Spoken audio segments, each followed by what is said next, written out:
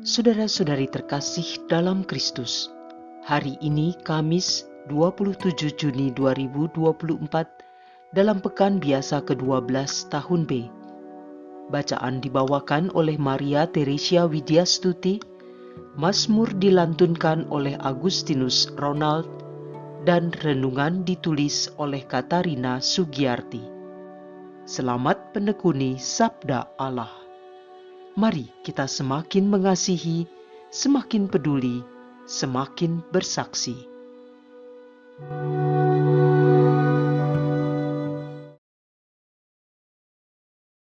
Dalam nama Bapa dan Putra dan Roh Kudus, amin. Allah Bapa yang Maha Rahim, aku bersyukur untuk hari yang baru. Engkau selalu memberiku kesempatan untuk bertobat. Engkau berbicara dan menyapa aku melalui orang-orang yang kujumpai, melalui juga peristiwa-peristiwa yang kualami dan melalui alam di sekitarku. Bapa, jadikanlah hatiku seperti hati putramu, Tuhan Yesus Kristus yang lemah lembut dan rendah hati, sehingga aku ini tidak pernah terpisahkan daripadamu. Amin. Bacaan dari kitab kedua Raja-Raja bab 24 ayat 8 sampai dengan 17. Yoyakin berumur 80 tahun pada waktu ia menjadi raja. Dan 3 bulan lamanya ia memerintah di Yerusalem. Nama ibunya ialah Nehusta, putri Elnatan dari Yerusalem. Yoyakin melakukan yang jahat di mata Tuhan, tepat seperti yang dilakukan ayahnya. Pada waktu itu majulah tentara Nebukadnezar, Raja Babel, menyerang Yerusalem dan kota itu terkepung. Nebukadnezar sendiri datang menyerang, sementara orang-orang mengepung kota itu. Lalu keluarlah Yoyakin Raja Yehuda mendapatkan Raja Babel. Ia sendiri, ibunya, perwira-perwiranya, para pembesar, dan pegawai-pegawai istananya. Raja Babel menangkap Yoyakin pada tahun yang ke-8 pemerintahannya. Seluruh isi rumah Tuhan dan isi istana raja dikeluarkannya.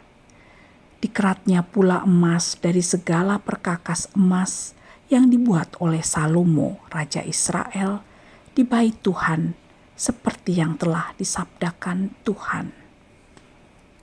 Seluruh penduduk Yerusalem diangkutnya ke pembuangan.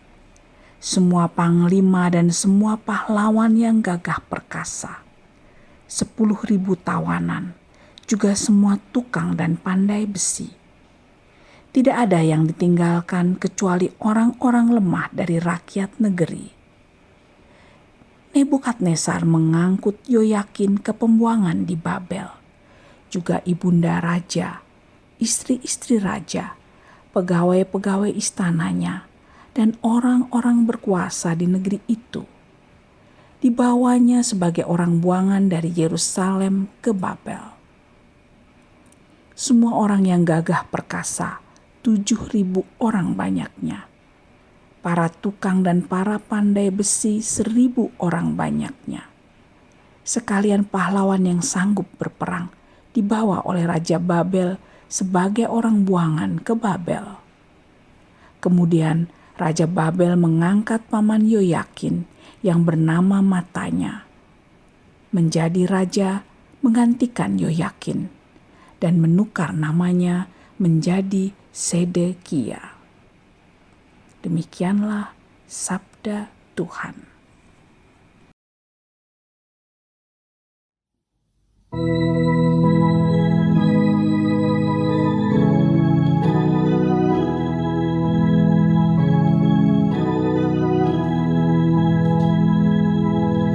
Demi kemuliaan nama-Mu ya Tuhan, bebaskanlah kami. Ya Allah, Bangsa-bangsa lain telah masuk ke tanah milikmu, menajiskan bait kudusmu, dan membuat Yerusalem menjadi timbunan puing. Mereka memberikan mayat hamba-hambamu kepada burung-burung di udara untuk dimakan. Daging orang-orang yang kau kasihi, mereka berikan kepada binatang-binatang liar di bumi. Demi kemuliaan nama-Mu ya Tuhan, bebaskanlah kami. Mereka menumpahkan darah orang-orang itu seperti air sekeliling Yerusalem, dan tidak ada yang menguburkan.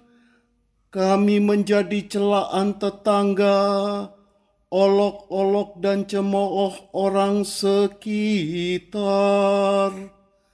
Berapa lama lagi ya Tuhan, Engkau murka terus-menerus?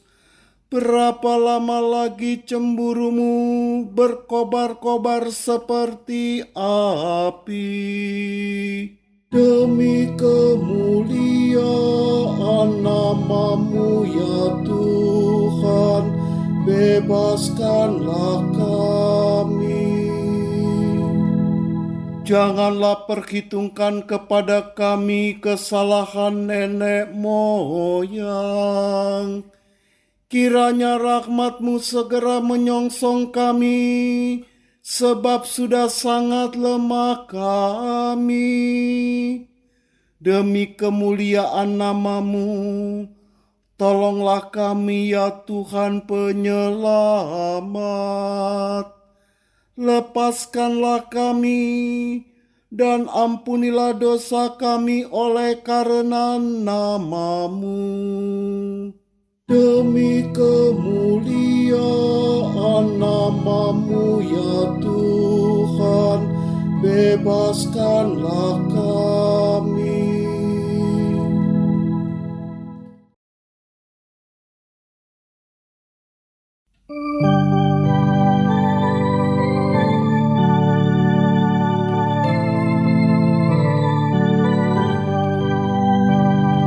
Alleluia, alleluia, alleluia, alleluia.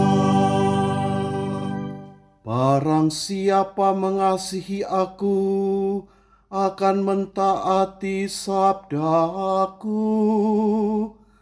Bapa-Ku akan mengasihi dia, dan kami akan datang kepadanya. Alleluia, alleluia, alleluia, alleluia, alleluia, alleluia, alleluia, alleluia.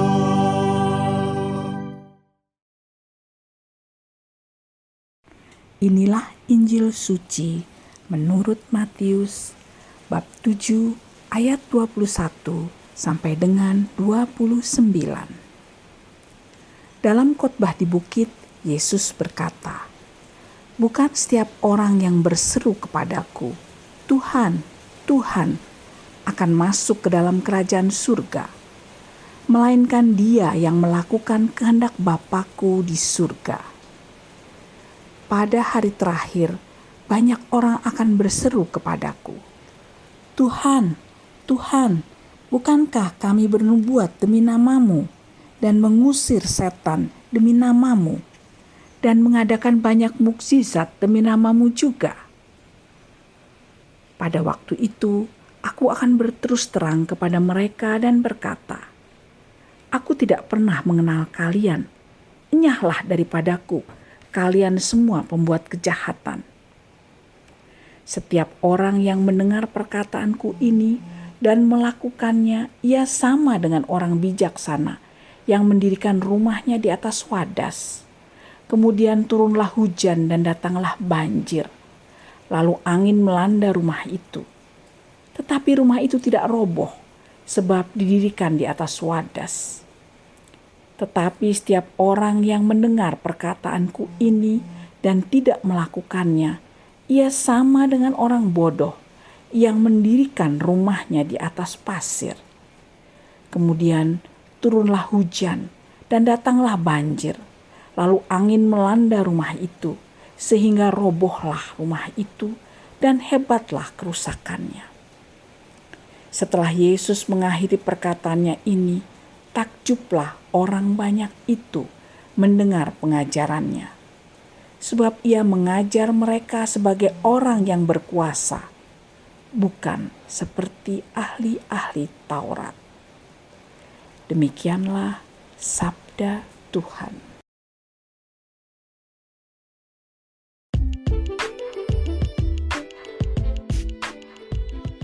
Menjadi murid Yesus Kristus. Renungan dibawakan oleh Katarina Sugiyarti.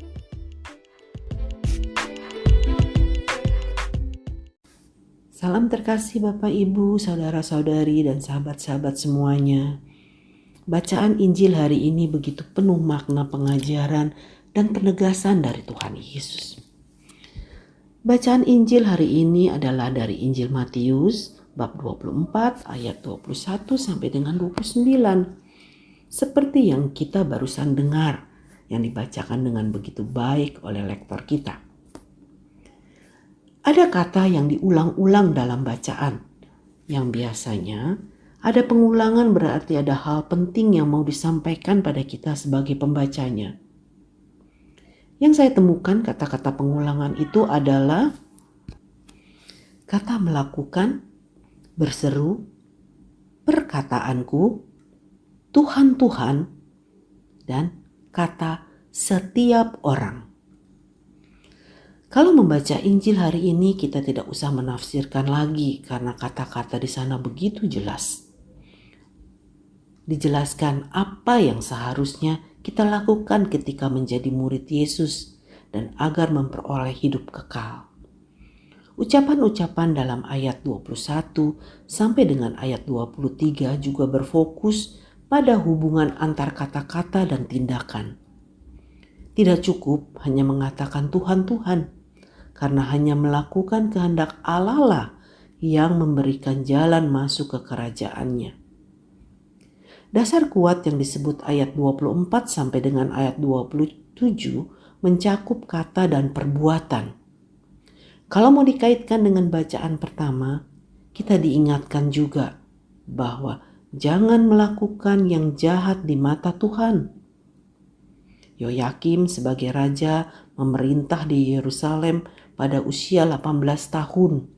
Dia mengambil emas dari bait Allah yang dibuat oleh Raja Salomo. Kita sering dan bahkan sudah mencap bahwa saya ini adalah murid Yesus Kristus. Saya ini adalah pengikut Yesus Kristus. Siapakah murid sejati Kristus? Apa yang hanya mengakui Tuhan lalu tidak berbuat apa-apa?